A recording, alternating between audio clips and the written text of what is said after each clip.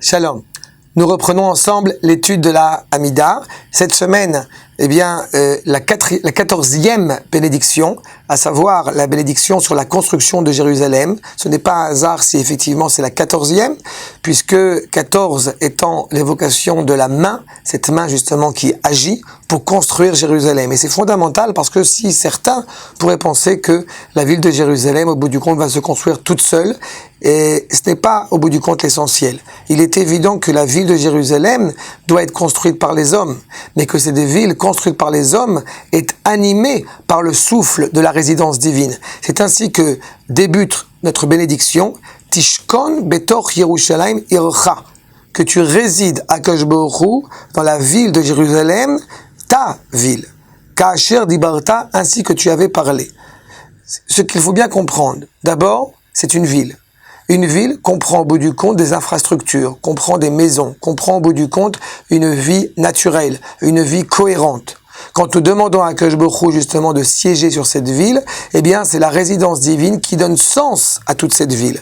Et on ne parle pas du Beth Amikdash, a posteriori, tel que cela est écrit encore une fois dans la bénédiction. Nous n'avons pas dit Tishkon betor Harabait, réside sur le mont du Temple, ou réside sur le Har Hamoria, ou réside dans le Beth Amikdash. Nous parlons de la résidence divine dans la ville de Jérusalem, entièrement à l'intériorité de Jérusalem. Ta ville, Ka'asher dibarta. Dans la mesure où effectivement la résidence divine va être pleinement présente, nos frères Ashkenaz rajoutent la vertu de miséricorde, justement, Tishkon berachamim tashuv, que cette résidence, justement, revienne avec miséricorde, avec une envie d'accroître, d'ajouter, au bout du compte, un élément vital, un élan vital à cette ville. J'ai coutume de rappeler que Rachmanout, la miséricorde, provient de la racine rechem, la matrice. C'est exactement de cet endroit-là d'où sort la vie, de la même manière justement que de cette ville de Jérusalem, c'est là où la vie est pleinement présente. Et justement, à partir du moment où la justice a été abordée, c'était les semaines précédentes. Nous avons mis fin aux iniquités des différents mécréants qui portaient problème. Et nous avons souhaité faire partie de ce projet divin. À ce moment-là, la résidence divine peut pleinement résider et par là même, Vekise David Avdecha Mehera Betocha Tachin Uvne Ota Binyan Olam Bera Beyamenu.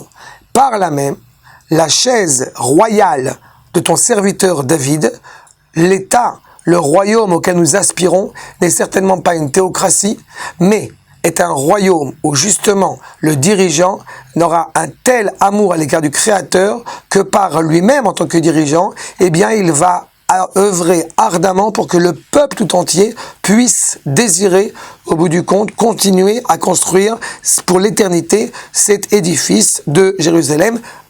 Très prochainement, en notre temps, Bemera Beyamenu, c'est cela à quoi nous aspirons. Il est évident que, après 2000 ans d'exil, quand nous avons ce privilège de lire cette bénédiction, même si encore une fois c'est une bénédiction infinie, il n'empêche que nous nous remplissons d'émotions, alors qu'il y a près maintenant de 50 ans que la ville de Jérusalem a été de nouveau libérée du joug des nations, du joug justement des exils. Mais comme avait dit ce propos, le Rav Tzvi Yehuda, le fils du Rav Kook, après la guerre des 6 jours, il est temps d'annoncer au monde entier que la sanctification du nom divin est revenue. Le plus grand Kiddush Hashem du fait que le peuple juif revienne à Jérusalem et par là même à Hebron. C'est exactement ce à quoi nous aspirons. Cette ville ne sera jamais finie d'être construite, mais la construction a déjà commencé. Sur cette ville, Akadosh Baruch Hu va, Bezrat Hashem, de plus en plus, progressivement, laisser apparaître sa pleine résidence, et ce sera une bénédiction pour tout l'âme Israël. Shalom.